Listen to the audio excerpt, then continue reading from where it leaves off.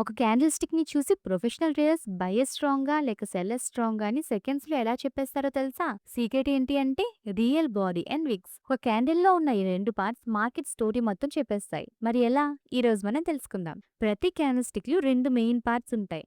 Real body and Vicks.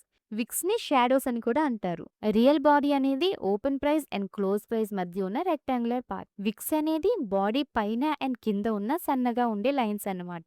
అవి market ఆ time పీరియడ్‌లో హైయెస్ట్ ప్రైస్ అండ్ లోయెస్ట్ ప్రైస్‌ని మనకి చూపిస్తాయన్నమాట.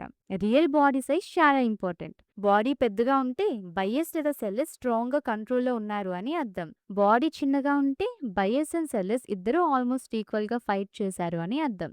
మార్కెట్‌లో ఇండెసిషన్ ఉందని క్లూ ఇస్తుంది. ఇప్పుడు విక్స్ గురించి చూద్దాం. అప్పర్ విక్ అంటే మార్కెట్ ఆ టైం పీరియడ్‌లో రీచ్ అయిన హైయెస్ట్ ప్రైస్. లోవర్ విక్ అంటే మార్కెట్ రీచ్ అయిన లోయెస్ట్ ప్రైస్. లాంగ్ అప్పర్ విక్ ఉంటే బయర్స్ ప్రైస్‌ని పైకి తీసుకెళ్ళినా సెల్లర్స్ మళ్ళీ కిందకి తీసుకొస్తున్నారని క్లూ అనమాట మనకి. లాంగ్ లోవర్ విక్ ఉంటే సెల్లర్స్ ప్రైస్‌ని కిందకి తీసుకెళ్ళినా బయర్స్ మళ్ళీ పైకి తీసుకొచ్చారని క్లూ.